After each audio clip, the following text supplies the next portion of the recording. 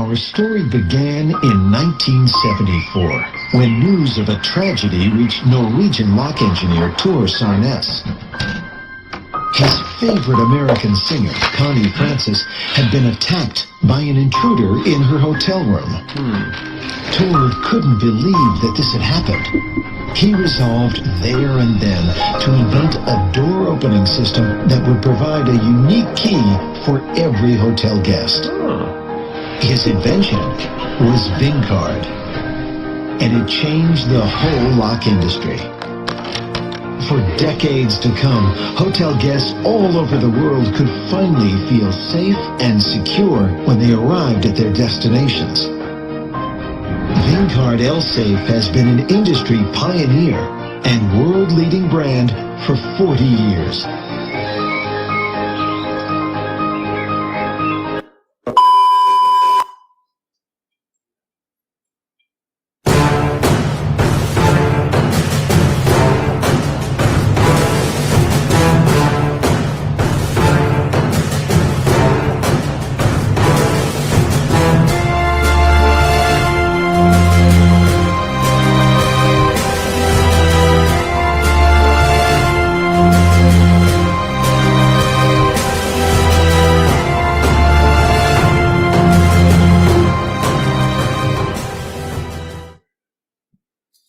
We couldn't think of any way to make it more dramatic.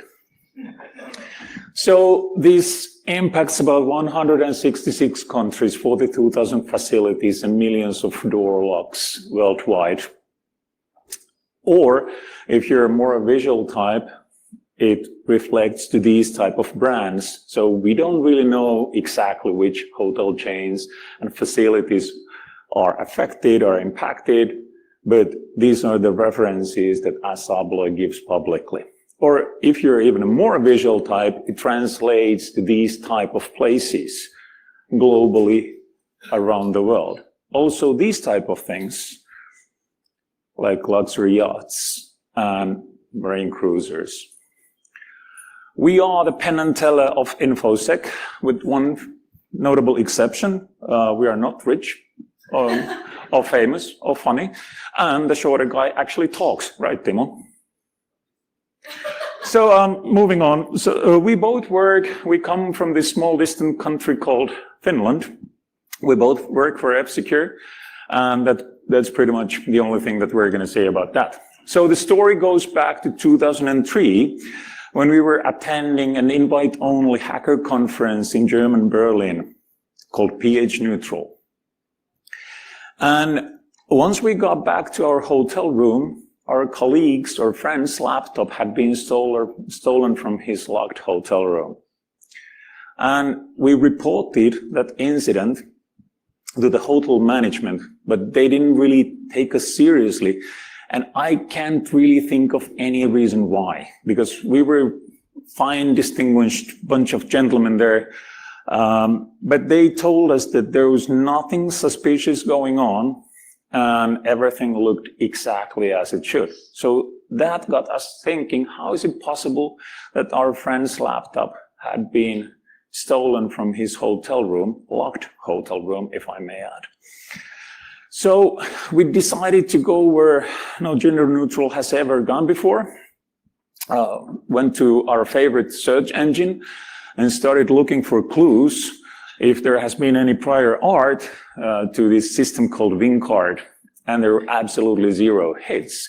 So challenge accepted, and we decided to take a look. And if you look at these type of things, there are a few ways how you can approach them. So we built our own attack tree. The first one being physical lock. So obviously you can take a look at the physical lock and see if you can bump key it or do some other techniques which allows you to bypass the physical lock itself. Then you have an option of going after the electronic lock itself. So you can reprogram the lock, you can do stuff with the firmware, or maybe you can bypass it with 4 super magnets. Then you have access tokens, in this case, ultralight cards. And then, of course, you have the backend system which controls everything. Most people seem to think that if you're using a fine hotel like this, all the doors are connected to the backend system. That's not the case. All the doors are kind of standalone. So they usually consist of a battery, a small real-time clock, and a small chip that contains the actual logic. So there is no centralized repository for logs or anything like that. We'll get back to that later on. So first, if you have something like this, you need to understand the target. The only thing we had was this card. And it doesn't really tell you that much, except that back in the day, it used to be a small Norwegian company that came up with the idea that, yeah, you need to have a unique key for every lock. Thanks, Sherlock. And this is what we had back then. Well, we started our hacking spree by going after the FTP servers. This is how hacking looked like back in the day. So you scan for anonymous FTP servers and you download all the goods because people don't really know how FTP works. And once you have, this is the piece of software that is used to program the logs, and this is the demo database, and then you have your manuals and so on. Then we looked at the patents. Most people nowadays think that patents are kind of useless, but at this time, patents were a trove of information.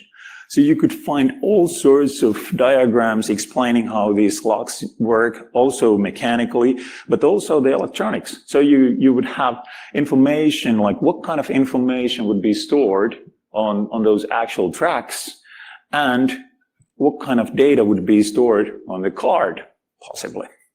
It also contains interesting pieces of information. So how many of you knew that if you have a Magstrack card, it's actually most of the time it's red when you take it out, not when you put it in, because it's five times more reliable to read it when you take it out. So many of our peers who tried to analyze this had been reading the bit stream in the wrong direction. So, physical locks. The first thing that we tried was bypassing the physical lock without leaving any visible marks. And obviously, if you want to do that, you need to get your hands on a physical lock. So that's exactly what we did. We ordered one on eBay. Then we started analyzing the lock, trying all sorts of different tricks. For example, we tried using strong magnets to open the lock. We also tried hitting the lock with a rubber hammer to open it. Now remember that the goal was to open the lock without leaving any visible marks. Maybe not that surprisingly, we failed. Assa Abloy has been creating these locks for decades, and the mechanical locks are of very high quality. So no success doing this. Later, we learned from our Dutch friends that if you have about 10 seconds and $1, you can do this. The way you do it is that you have a piece of thick metal wire or a coat hanger, you slide it under the door, then you twist it upwards, and you use that coat hanger to pull the handle from the inside of the hotel room. In a minute, we're going to see the same trick from the inside of the hotel room. So you slide the coat hanger under the door, then you turn it up like that, and you pull the handle. That's what it takes to bypass the mechanical lock. Now, if you want to protect yourselves against this, what you can do is that you can put a towel between the door and the handle, and that will prevent this attack. We needed a better plan. Bypassing the mechanical lock didn't work. So we started focusing on bypassing the electronic lock. And the approach that we took here was to try to reprogram the lock. Like Tomi already mentioned, we had found the LockLink software on an FTP site, and that's the piece of software that you use to reprogram the locks. In order to run the software, you need one of these compact iPad handheld computers. Those were quite popular at the time, not that popular anymore. So we got one of those and we got the software running. We did some analysis on the software and we realized that all the interesting stuff actually doesn't happen in the software. It happens in a component called a contact card. So that's the number 5 that you see in that photo. So what you do is you connect that contact card to the compact handheld computer, and the other end of the device, the large end that you see on the photo, you slide that to the lock, just like you do with a key card. You slide it there, and then you can program the lock. And it's that piece of hardware that implements all the interesting stuff that's needed for reprogramming the lock. The unfortunate thing was that we couldn't get our hands on one of these contact cards. You couldn't buy it on eBay or anything. So again, yet another dead end. We couldn't get anything out of this research track. However, I would say that we were on the right track, because clearly this attack is feasible.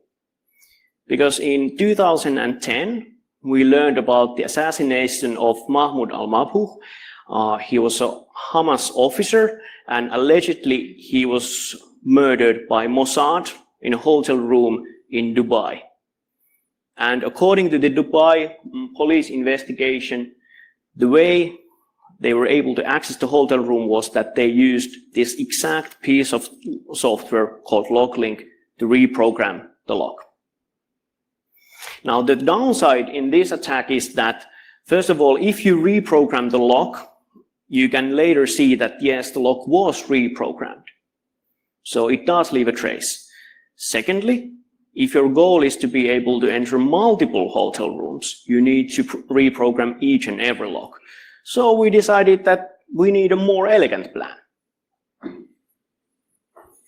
So we go then to the access tokens. So here the success criteria would be that we are able to clone an access token, which should be doable in most cases, or produce an access token that has more privileges. And by more privileges, I mean that if I'm in room 1 and I need to impersonate Timo, who's on room 2, I can create a card that will impersonate Timo's card. It's more handier that way when you're emptying the minibar. And of course, you could have a master token that gives you access to all the doors. So we needed a plan. First, we need to understand how Magstripe works. Then we get a Magstripe encoder, decoder. We get a few hotel cards and so on. So there we go. Magstripe card is the one that you're typically used to seeing in your wallet. Many of the credit cards still have Magstripe card, and most of those cards have 3 different tracks. These are standardized. But unfortunately, for research purposes, you don't really do anything with this information, because many of the locking systems use completely proprietary things. So the syntax might be that there is a start sentinel, there is some data, there is an end sentinel, and something called LRC, which is basically a checksum. But for example, in WinCard's case, there is the hotel may choose to use track number 1 and 2 for different purposes, let's say minibars or loyalty programs or whatever. But the third track on the Magstripe holds the actual WinCard lock data. So in order to analyze that, you need to have a piece of software and a hardware to do that. We used this one, which is a German manufactured encoder, decoder, and this is a beautiful piece of hardware because it doesn't do any decoding or encoding on this hardware. It's software only, and it comes with this really good piece of software that enables you to do Magstripe analysis manually. So here you can see the modulation of the track. Here you can see on the upper right-hand corner, you can see the swipe speed. And here's some analysis of the data. You can also see that most probably this card has been used at least twice because of these patterns. If it would have been used only once, it would have only one of these kind of patterns. It's also very, very handy because some of the, at least in Scandinavia, many of the parking lots, they use these kind of magstripe cards, and what they do is that they use within a one track, they use two different types of modulation as a copy protection scheme, so that you're not able to clone the card usually with a regular hardware. With this hardware, you can do it easily. I didn't say that. Then we had to get a few hotel cards, and by few, I say like a few hundred or a few thousand or even more. Luckily, we have friends in low places that were able to supply us plenty of cards that enabled us to do the analysis. Then we decided that we'll just reverse engineer the track data on these cards and be done with it. This is how the card looks like. And while you can maybe use some data out of it, maybe they are using some sort of sort pattern or something, but this did not really work. It might sound stupid, but this approach has been very, very solid for other types of hotel cards previously. To the point that when Major Malfunction gave his talk about magstripe madness and showed a bit stream there, pretty much everybody in Berlin knew that that was Alexanderplatz Park Inn that was on the track. So at this point, we didn't really care about the elegance anymore. We just needed a better plan. So new plan was that we will acquire the Vision software, which is basically the software that is being used as a backend solution for provisioning these cards. And then we would reverse engineer the software, and then we would just go on from there. So acquiring software, really easy because of internet. So you just do some Google magic, and then you can download the whole full installation CD and the accompanying manual, so the PDF that comes with it. So then you just reverse engineer the software and you'll be done with it, right? Oh, well, it turns out that it's not that easy. First, you need to read and understand product manuals. And when I say read and understand, I mean like 500 pages of those. And that became such a complicated task that we had to draw our own mind map in order to understand this. When we showed this to the S-Abloy guys, they told us that we actually have a better documentation of the system than they do. And if you zoom in, we actually documented each and every piece of thing. So for example, here we have some use cases that map the actions. So if you click on a use case, it actually documents, it's documented here what happens there. And it goes on and on and on. So we have fields of interest here, like unique user identification. How does that work? Or how the randomness works. And well, you get the idea. The best thing here was that once we went through all the manuals and documented everything, we realized that you can become a hacker by reading a manual. And the way it works is that we had one issue when we installed the software. We didn't really have a license for it. So for a while, we figured that, okay, maybe we just need to go old school and crack it.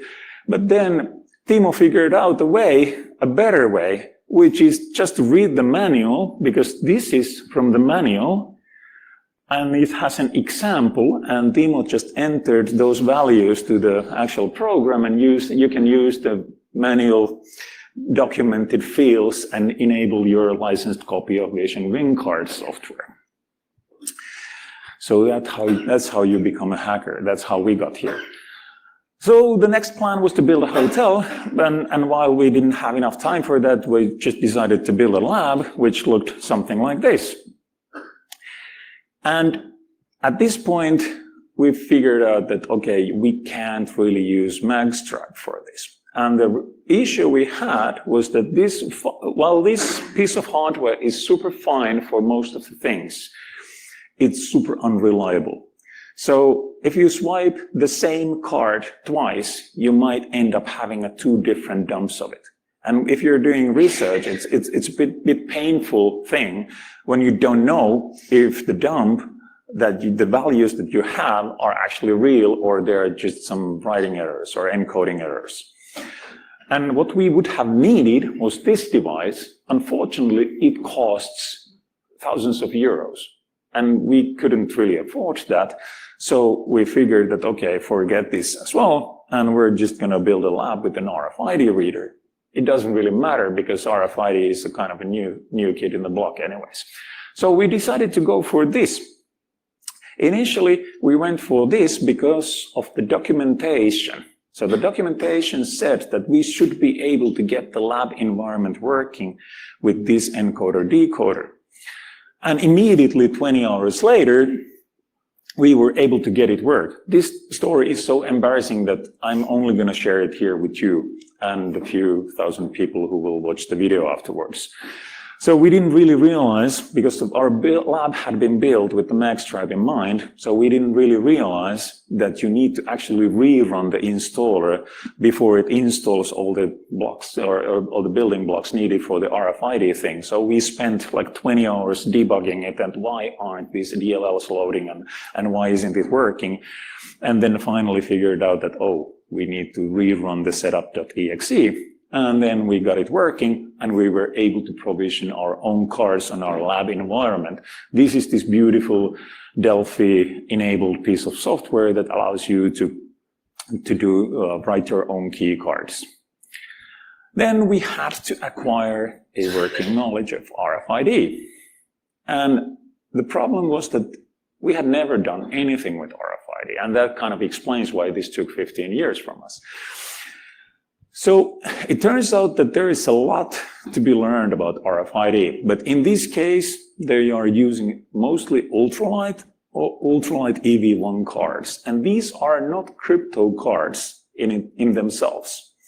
So they are just, you could think of them as like a glorified USB stick, more or less. They are just storing data. The EV1 is a slightly better version of ultralight, meaning that it has a shared secret, but that has nothing to do with security. It's basically just a feature that is trying to stop cloning these cards.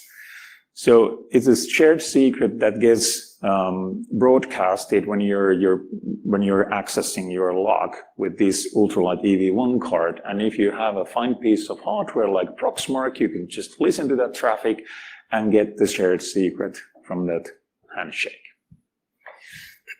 Once we finally had the software running and we were able to create the key cards, it was easy to start reverse engineering the thing. One of the first things that we did was, since we had hundreds of those RFID cards, we dumped the data from those hotel key cards. And simply looking at the data on the cards, it was easy to notice this 33-byte sequence. And the reason why that sequence looked familiar was that those were very similar to the 33 bytes that you have on the magstripe cards. And this is exactly the same format that you have there. So you have 33 bytes, and the first one is a checksum byte, which also works as an encryption key. And when I say encryption, I mean a single byte XOR. So a very simple encryption. The challenge with the data is that the format sucks. So let's say you have a 1 byte logical value. It might be that you need to take 5 bits from here, and then you take 2 bits from here, and then the final bit from another offset. So the logical values are collected from small collection of bits. And in order to understand the structure of the data, to document it and also to visualize it with things like this, we used KaiTai-struct. This is a pretty nice tool. So what you do is you first describe the data, you describe the sequence of bits and bytes, you basically just label the bytes and bits, and after that you can combine those into logical values like you can see on the last line. So you have 5 bits and 2 bits and 1 bit, and you combine it into a single value. Once you've done this, you can generate the kind of graphs that I just showed you. And the other nice thing is that from that definition, you can create a deserializer for your favorite programming language. So you just automatically process the declaration of the data, and then you have a deserializer. In our case, we used Python. So this was a fairly nice tool to help with the documentation and visualization of the data. And once we more or less understood, or at least we thought we understood the structure of the data, we were able to start the quest for the master key. So the master key is something that opens all the doors in the hotel. The first thing that we tried was simply updating the facility code on the master key. Facility code is simply a number that uniquely identifies the hotel. So what we did was we created a master key in our lab environment. We updated the facility code to match a real hotel, and then we tried that key in that real hotel, and we failed. It didn't work. It would have been awesome if this would have worked, but no. At this point, we were actually still quite far from the solution. So we decided, okay, let's take a step back. Let's try something more simple. Let's try cloning a normal guest key card to a real hotel. Again, we failed. And this should have been simple. I mean, there's no reason why this wouldn't work. So we had to do some more reverse engineering.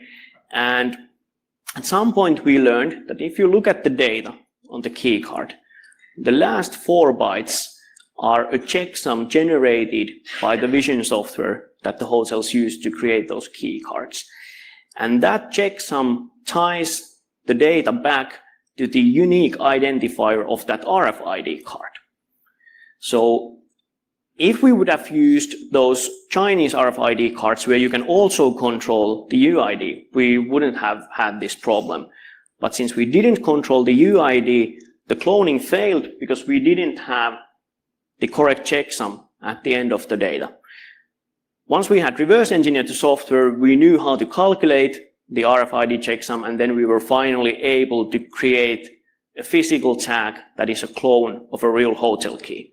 So at least some progress. The next logical step was to try to simulate a key. So instead of writing a physical tag that you can use, we wanted to simulate a key with the Proxmark device that we were using. Here's the device. So that's the Revision 3. And that's a very capable device. I mean, you can read RFID, write RFID tags, you can simulate them, you can do lots of things. Very powerful. For some reason, we didn't get the simulation working though. We failed. And this was probably one of the most challenging things to debug during the whole research. This almost turned us into an alcoholics. Luckily, just almost. So here you can see the state diagram of a MyFair ultralight card. The state diagram isn't really anything that complicated, but before you can read any data from the card or before you can write any data to the card, you need to reach this active state. And the way you get to the active state is through a process called anti-collision. And the reason they have the anti-collision process is that it might happen that you have a reader, and then within the field of the reader, you have 2 different RFID tags. So there needs to be a process for the reader to select to which tag it wants to talk to. So basically, it first asks that, okay, what tags do we have? Both of the tags say, yeah, I'm here. Then it says, okay, now it's your turn to talk. You shut up. And then the other way around. And that way, the reader can talk to multiple different tags. It's really not that complicated. It's a fairly simple protocol. You can think of it like a simple handshake. And you can imagine our frustration that it was this simple handshake that was clearly failing. And we were using a very well-known device, Proxmark, so we thought that, okay, this should work. Now that I know what was the problem, I can also easily see why it didn't work, because the protocol is a mess. We had to do a lot of reading. We went back to the ISO standards. We actually went back to the ISO standard that defines how the communication works on the radio level, how you're supposed to transmit and receive data. And this is a wonderful protocol. I mean, this is simply awesome. Depending on what command you're using and depending on what data you're sending, there's a different delay that the card has to wait before it replies back to the reader. So based on the command and the data sent by the reader, the tag has to wait for a different delay. And there's probably a very good reason behind all this. I don't really understand physics or signal processing or anything. There's probably a good reason why it was designed this way, but this was where the problem was. So the Proxmark didn't simply use the correct delay. So once we identified the problem, it was very simple to patch. We created a patch, then we did a pull request to the Iceman fork. The patch was merged, and now it's publicly available for everyone. Because the truth is that without devices like Proxmark, I mean, it's probably fair to say that we would have never finished this research. I mean, we don't have the skills to build devices like that. So we were very lucky to have that kind of devices available, and hopefully this was a small way of being able to give back to the community. Okay, now we're able to simulate keycards, some progress at least. So now we need to understand what are the relevant values within those 33 bytes. There's multiple logical values within that 33 bytes. Now, if you reverse engineer the software, and if you look at the database, and if you read all the manuals and patents and other documentation, you can find out that most of those values have names, like human readable, human understandable names. And you can imagine that some of those names sound much more exciting and interesting and promising than other names. So obviously, when we were trying different values and trying to identify the interesting fields, we first focused on those fields that had a really promising sounding name.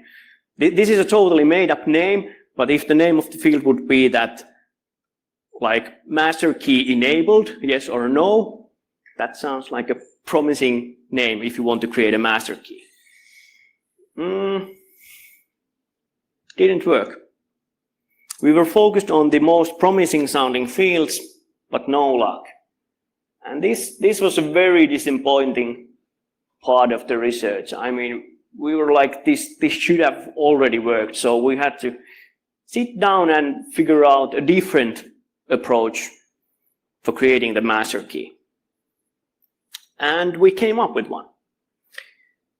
Thanks to our connections, we were able to get a working master key to a real hotel. So we were able to borrow a real master key to a hotel, and we cloned that one. And what we started doing was we started corrupting the fields, started corrupting the values on that card one by one. And if the card stopped working after we had corrupted a field, we knew that, okay, this field is relevant if you want to create a valid master key. And this was the process that finally led us to identifying the relevant values on the card. Fortunately, there's not that many important values.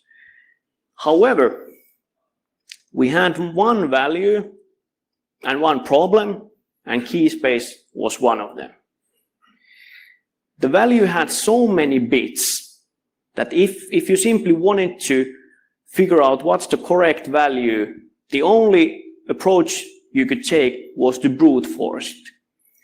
It seemed that there was no logic behind it, so we just had to brute force it. And the natural way to do it for us was to create a custom Proxmark firmware. So that's what we did. Simulating a card is easy with Proxmark. There's already a function for that, so there was nothing really difficult there. We just gave it slightly different data every time. So what we were doing was modifying that one value. The more challenging part was that when you bring a key card to the lock, it tries to read it. And if you hold it there, it tries to read it again. So what we basically had to do was pull out the card, just like a human would do. If you show the card to the lock and it gives you a red light, you probably take the card back and then show it to the reader again. So this is something that we had to do in software. We had to find a way of somehow turning off the radio field, and the most straightforward way that we found was to simply turn off the field, and we did that by turning Proxmark back to a reader. So instead of acting as an RFID tag, it acted as a reader, and that was enough to turn the field, and then the log thought that, okay, there's no more key present, and once we go back to simulating a card, the field is enabled again, and then the log is like, oh, there's a new card. And simply doing this in a loop, we were able to try multiple cards in a row. The speed wasn't really that great. We were able to try about 1 card per second. And what this means in practice is that, okay, if you have a 4-bit value, you can try all the different combinations in 16 seconds, not bad. If you go up to 16 bits, it already takes 18 hours. And if you have more than 16 bits, I mean, it's game over. It's doable theoretically, but not in practice.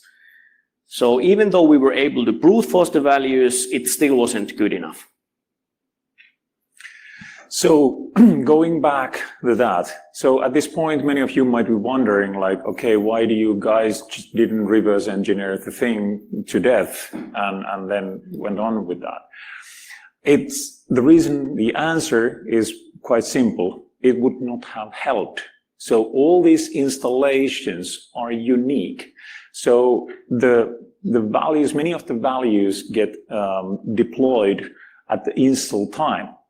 And we realized this once we got access to that master key of a real valid hotel.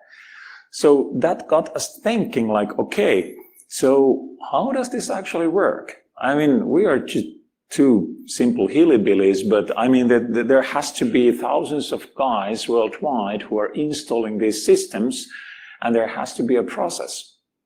And with our mad Googling skills, we were able to find out that there is a thing called Asabla University. And while we didn't break into that website, we figured out that there has to be a process how you deploy these cards, how you deploy these systems, how you install these. And because we had a bunch of cards from all around the world, and we had dumped all those cards, we were able to do analysis on those cards and then go back to the drawing board and figure out that, yes, we can, there is actually a process vulnerability that we can use in order to reduce this key space.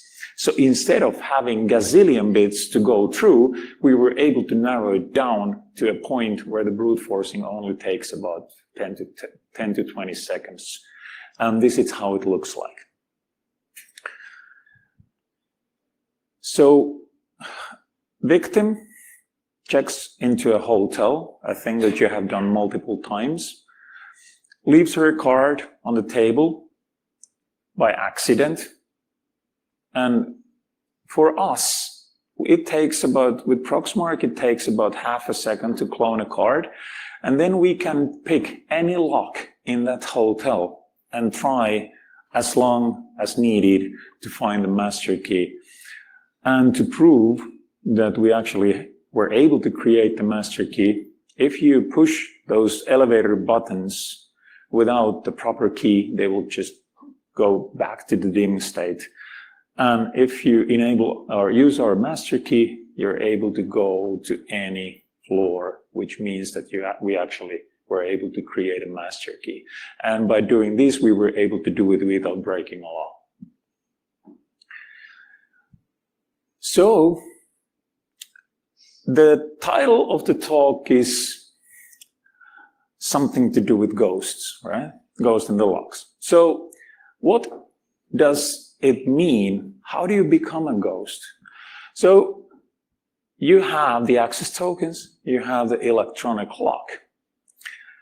And if we're looking at this lock, this device, like I mentioned earlier, it's a standalone device. It collects some data when you're using it, but it's pretty dumb. It doesn't really communicate with anything else than the card. So this lock is actually programmed when you use your card. That card programs the lock every time. So what would it require to see this attack or do forensics on this? That, okay, to prove that it was these two hillbillies doing the attack.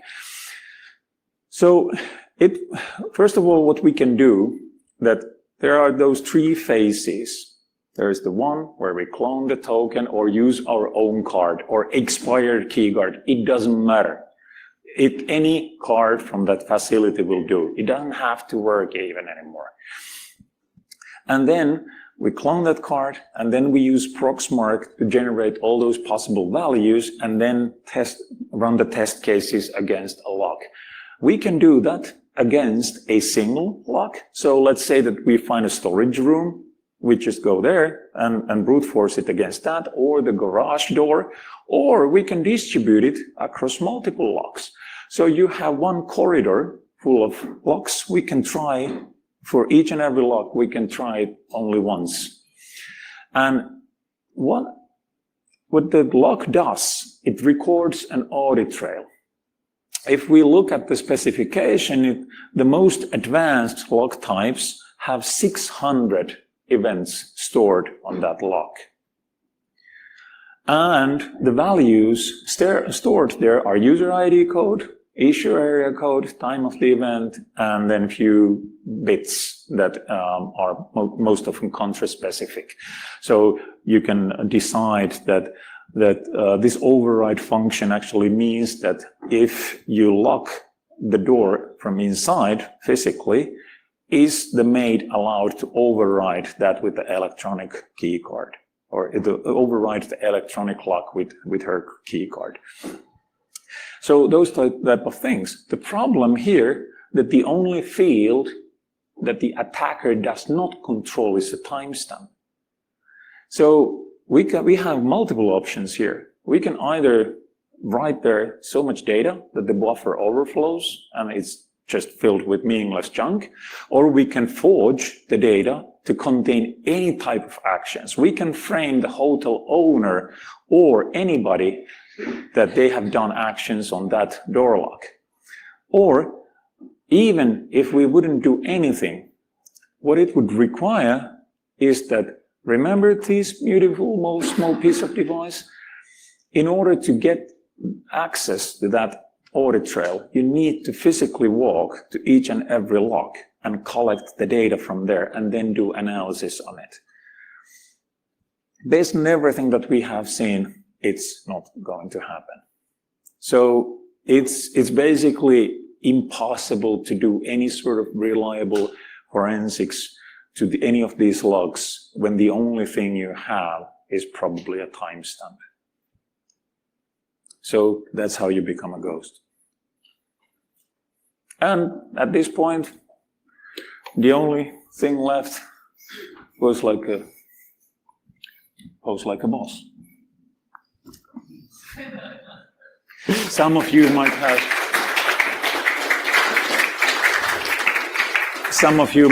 recognize these fine gentlemen, Charlie Miller and Chris Volosek. Oh, there's one more thing.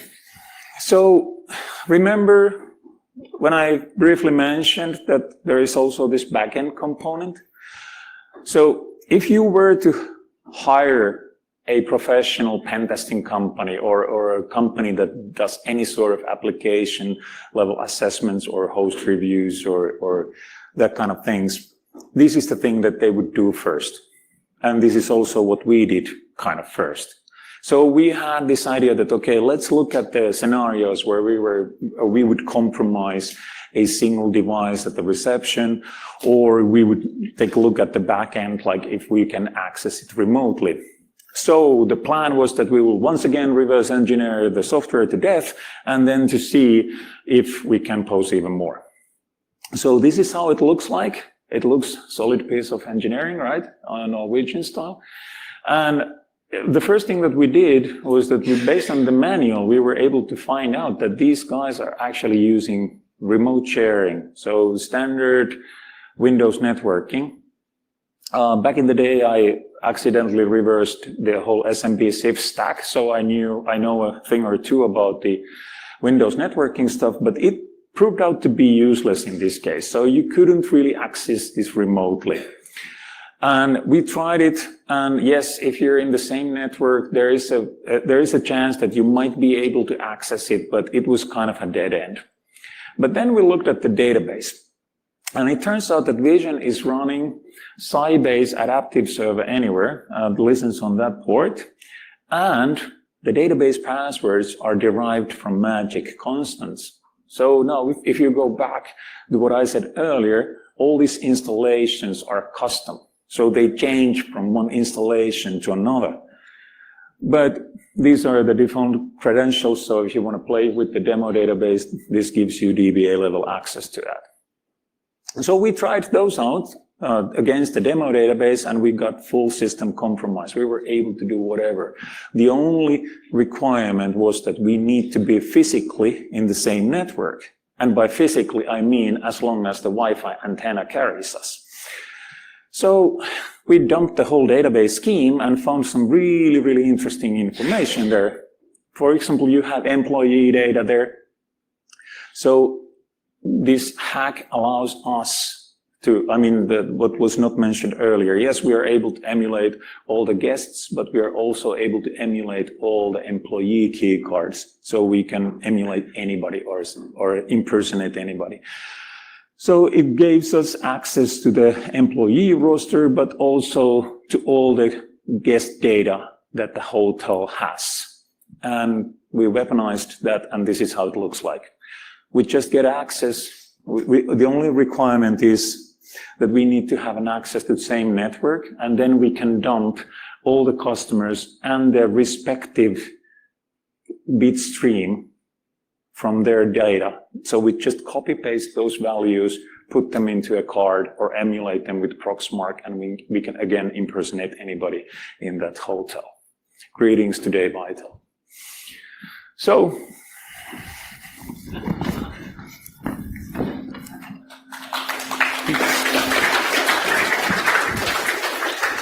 conclusions. If you're not smart, you have to be persistent. It took us 15 years of on and off research doing this. So some other people, they play soccer or do some other stupid stuff. For us, it's been this and few other projects. We don't claim that this is unique. Most of you would be able to do this just given a few months of active research. This was a fun project, and we learned a lot by doing this. One of the main takeaways was that doing physical access control systems securely is super difficult. You have to get the mechanics right. You have to get the signaling right. You have to understand something about software-defined radio or RFID communications in general. You have to be good at software engineering. You need to have a solid SDLC processes in place, and so on. The list goes on and on and on. And it is super challenging to do it right. There is this old wisdom that the attacker only needs to succeed once and the defender has to succeed all the time. We don't really believe in that, but it is difficult to do this properly because effectively it also requires a seamless cooperation between all the people who are part of the product development process. So it is a challenging thing to do properly. I would like to thank Asabloy. They treated us with respect when we reported this to them.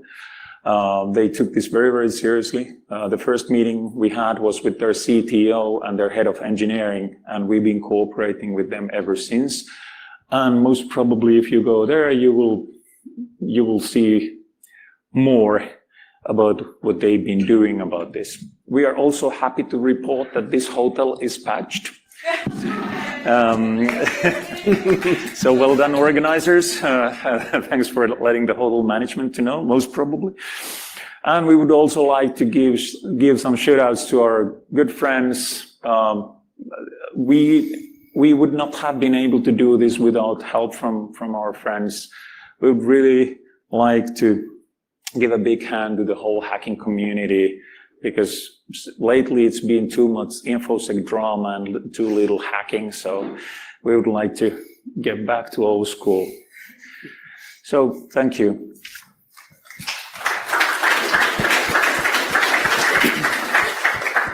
Any questions from the floor? We'll take questions off stage then. Yeah. Thank you very much, Tomi and Timo. That was a very entertaining and very informative talk. Thank you. Good to know that we're all safe. Everyone who's staying in this hotel, we're all in good hands. Thank you very much. Thank you.